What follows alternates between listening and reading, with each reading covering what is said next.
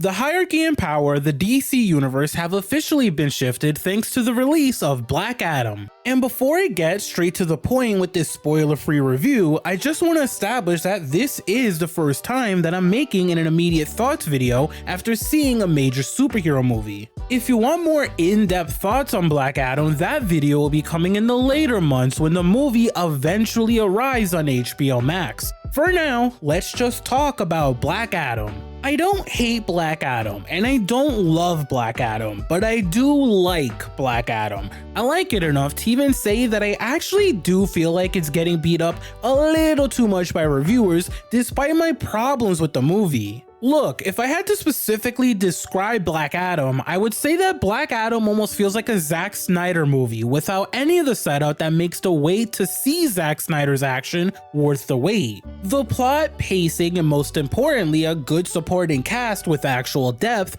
are all sacrificed for the sake of consistently good visual effects, insanely well done action scenes, and a simple but intriguing underlying message that's sort of worth discussing. And while that may sound like an awful experience to a lot of people, in a weird way, this trade-off actually kind of made Black Adam feel refreshing. The core reason is that there technically is no hero in Black Adam. Everyone in some fashion is in the wrong, and that forces Black Adam to go against the superhero formula we're all used to. The entire point of Black Adam is to highlight that there can and there should be a morally gray perspective in the typical high-level situations that we see in superhero movies. Black Adam specifically taking the approach of choosing to highlight this perspective is what makes the movie stand out so much in my opinion. And for what it's worth, the core reason that highlighting this perspective works is because of Black Adam himself. No, Black Adam isn't likable. No, Black Adam isn't your typical down on your luck protagonist. Black Adam actually kind of sucks. And no, it's not for the reason you're likely expecting. Several months ago, one of the main concerns I had about Black Adam as a whole was The Rock's acting skills. I've gone on record saying that I don't know if The Rock has it in him to carry a movie that requires him to not be himself. And I've also said that overcoming that problem would be Black Adam's biggest hurdle in general. As shocked as I am to say this, The Rock actually kills this role. The Rock isn't in this movie. He is Black Adam. You can tell that, for once, The Rock isn't playing himself. He put in the work, both physically and acting-wise, to be this different entity that is Black Adam. Black Adam isn't supposed to be likable. Black Adam isn't this down-on-your-luck protagonist. Black Adam is a morally gray anti-hero. Why? It's because he was awakened not by his choice, and the world begins to rapidly realize that there are repercussions for that. He spends the entirety of the movie teaching us one thing. He's willing to make the decisions no one else is willing to make. He's willing to bend the lines no matter what. His presence is the embodiment of an anti-hero, and that's why I like this movie. The Rock deserves the credit, he genuinely does. He did such a phenomenal job at playing this anti-hero god that simply doesn't care about what everyone else thinks and doesn't care about what everyone else wants. Black Adam only cares about seeing his way through and getting his point across. And as much as some may hate to hear this, Black Adam genuinely presents intriguing points throughout the movie. There are moments where sometimes you do find yourself agreeing with him even if you don't want to, and even if his point is half incorrect, but it's because of his morally gray compass. It's all by design. He's supposed to be a complex character who's sometimes right and sometimes wrong, and guess what?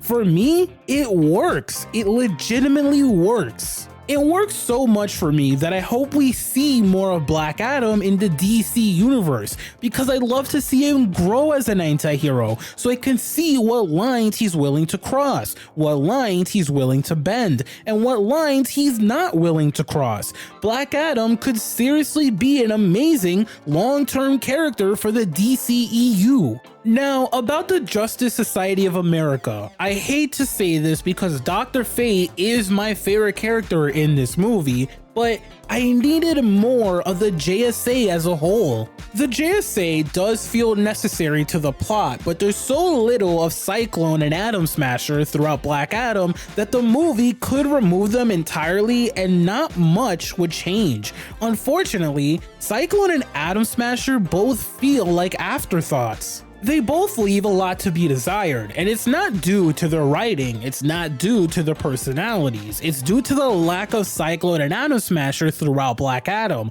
When Atom Smasher and Cyclone have moments together throughout the movie, they're gonna make you smile. They feel like best friends who meet each other and immediately click.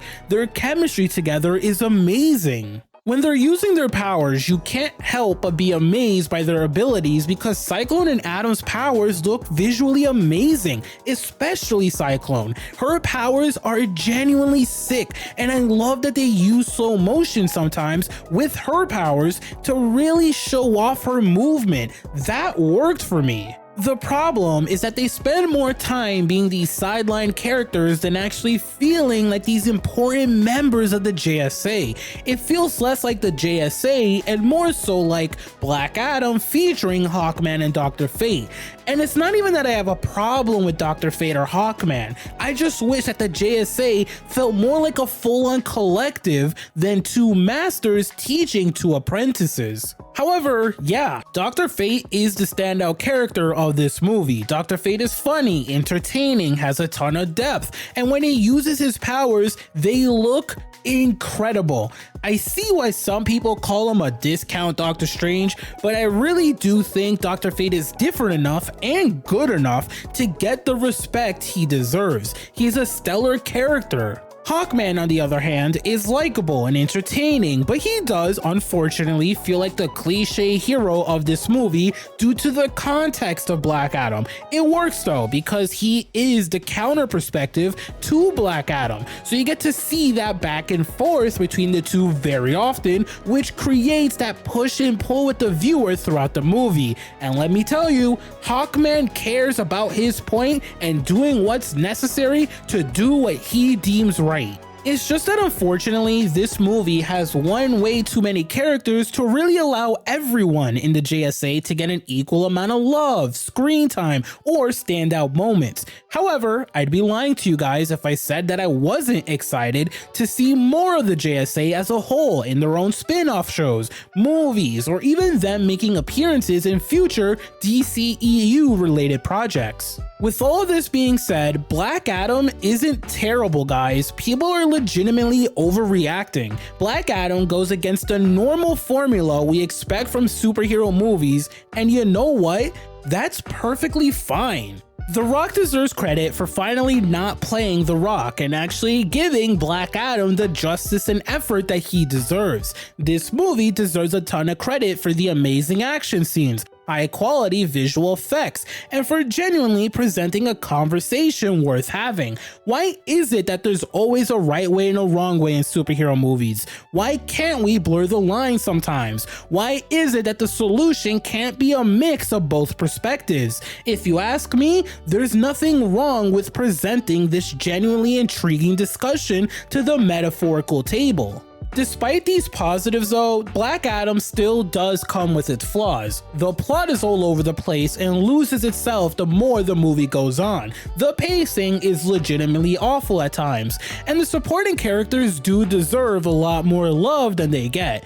Plus, the main villain barely does much throughout the movie and doesn't have nearly enough screen time to really make you care about them, nor make their presence feel earned. Ultimately, Black Adam isn't like every superhero movie, and that's okay. It goes against a formula we know and love and takes a creative risk that might not be for everyone, but I think we need to stop acting like it's the worst superhero movie ever made.